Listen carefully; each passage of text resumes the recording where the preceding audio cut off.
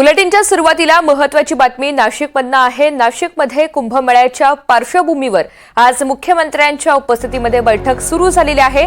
या बैठकीला मुख्यमंत्री देवेंद्र फडणवीस, दादा भुसे, गिरीश महाजन हे उपस्थित आहेत। तसंच 13 आखाड्यांचे प्रमुख साधू महंत हे जिल्हाधिकारी कार्यालयामध्ये हजर आहेत। या बैठकीमध्ये सिंहस्थ कुंभमेळ्यामधील शाही स्नानाच्या तारखा जाहीर होण्यासोबतच इतर सुद्धा काही महत्त्वाचे निर्णय होणार आहेत। या बैठकीनंतर विशेष स्नेहभोजनाची व्यवस्था करण्यात आली। यामध्ये आमरस, पुरणपोळी यासारख्या पक्वानांचा समावेश आहे।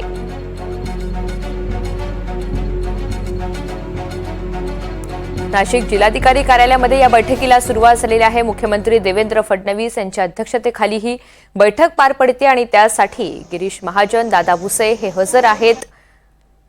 तर एकंदरीतच आढावा बैठक ही सध्या सुरू झालेली आहे। प्रांजल कुलकर्णी आपल्या सोबत आहेत, अधिकची माहिती जाणून घेऊयात। प्रांजल, या बैठकीला सुरुवात झालेली आहे, किती वेळ झाला बैठक सुरू होऊन, कोण कोण उपस्थित आहे, त्यासोबतच महत्त्वाचं या बैठकीनंतर विशेष स्नेहभोजनाची व्यवस्था करण्यात आली आहे, त्या संदर्भातली सुद्धा माहिती। ऋतुजा, एक 10 मिनिटांपूर्वीच या बैठकीला सुरुवात झालेली आहे। बैठकीला मुख्यमंत्री देवेंद्र फडणवीस, शिवसेनेकडून मंत्री दादा भुसे, राष्ट्रवादी अजित पवार गटाकडून नरहरी झिरवाळ हे उपस्थित आहेत। आपण बघितलं तर ही बैठक खऱ्या अर्थाने महत्त्वाची आहे, कारण आता कुंभमेळ्याला जवळपास 1.5 वर्ष हे बाकी आहेत आणि आपण जर पूर्ण इतिहास बघितला तर शैव आणि वैष्णव या साधूंमधील वाद जे आहेत ते सर्वश्रुत आहेत।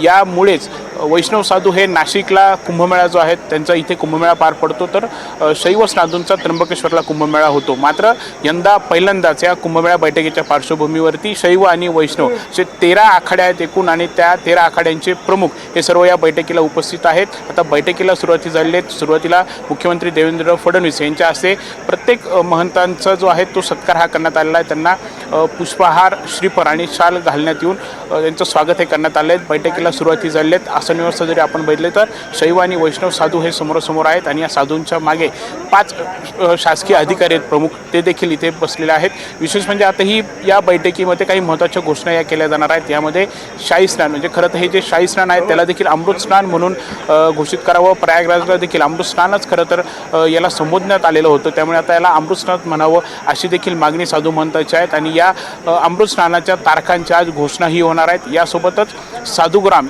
आम्हाला साधू महंतांना कायमस्वरूपी जागा देण्यात यावी अशी देखील मागणीही केली जाते। यंदा प्रथमच त्र्यंबकेश्वरमध्ये जिथे कुशावर्त आहेत, मात्र तो कुशावर्ताची जागा जी आहे ती पुरेशी नाही, त्यामुळे त्र्यंबकेश्वर नगरीतच काही अंतरावरती नवीन गंगाघाट, गोदाघाट जे आहे ते करण्यात येतील आणि तिथे इतर साधू जे आहेत तिथे स्नान करतील असं देखील मागे बैठकीत ठरलं होतं। मात्र जे सांगितलं जातं त्यानुसार काही साधूंचा या दुसऱ्या कुशावर्तमध्ये ज्या गोदाघाट आहेत त्याला विरोध आहेत। अशा खरं तर अनेक मागण्या या साधू महंतांच्या आहेत। आता या कुंभमेळ्यासाठी प्राधिकरणाची देखील घोषणा करण्यात आली आहे। त्या प्राधिकरणाच्या अध्यक्षपदाची देखील आज घोषणा होईल आणि इथे कुठेतरी देखील साधूंना स्नान देण्यात यावं असं देखील साधू जे आहेत ते बोलून दाखवत आहेत। एकंदरीतच आजची ही बैठक जी आहे ती खऱ्या अर्थानं महत्त्वाची आहे। आता देवेंद्र फडणवीस या साधू महंतांच्या सूचनांचा सर्व विचार हे करणार आहेत, सूचना त्यांच्या ऐकून घेणार आहेत आणि त्यावरती आता काय तोडगा काढला जातो, काही नवीन निर्णय कुंभमेळ्याबाबत घेतले जातात का, हे पाहणं महत्त्वाचं ठरणार आहे। विशेष म्हणजे या साधू महंतांसाठी खास असा बेत देखील आखण्यात आलेला आहे। बैठकीदरम्यान त्यांना ड्रायफ्रूट्स असेल, केसर दूध हे दिलं जाणार आहे। तर बैठकीनंतर आंबरस, पुरणपोळी, पालकाची भजी, जिरा राईस असेल किंवा इतर सर्व मेनू जो आहेत तो देखील आखण्यात आलेला आहे। जिल्हाधिकारी कार्यालयात मागील बाजूमध्ये हा सर्व स्वयंपाक जो आहे तो देखील केला हा जातोय। आता ही बैठक जवळपास 2 तास चालणार आहेत आणि त्या 2 तासानंतर साधू महंत असतील, यासोबतच मुख्यमंत्र्यांची पत्रकार परिषद देखील होणार आहेत आणि या पत्रकार परिषदेमध्ये आजच्या या बैठकीतले निर्णय जे आहेत ते समोर येतील।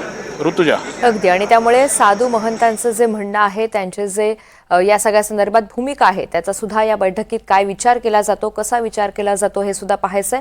पत्रकार परिषद सुरू होणार आहे, त्या संदर्भात काय घोषणा होतात हे सुद्धा पाहायचंय। धन्यवाद सविस्तर माहितीसाठी। तर या सगळ्या संदर्भात गिरीश महाजन यांनी काय प्रतिक्रिया दिली पाहूयात। साधू संत महंत त्यांचे प्रत्येक आखाड्याचे 2-2 प्रतिनिधी यांना सुद्धा आज आमंत्रित करण्यात आलेलं आहे आणि त्यांच्याशी चर्चा, कुंभमेळ्याच्या तारखा, कोणत्या दिवशी कुठलं स्नान होईल, त्या संदर्भातल्या सगळ्या धार्मिक विधी काय असतील या संदर्भामध्ये चर्चा त्यांच्यासोबत या ठिकाणी होणार आहे। सर्व आखाड्यांचे प्रमुख या ठिकाणी हजर झालेले आहेत, सर्व अधिकारी या ठिकाणी आहेत आणि अजून त्यांच्या काय अडचणी आहेत त्यांना काय हवं आहे, काय नको आहे, या संदर्भामध्ये सविस्तर चर्चा माननीय मुख्यमंत्री महोदय साधू संतांशी आणि अधिकाऱ्यांशी करणार आहेत.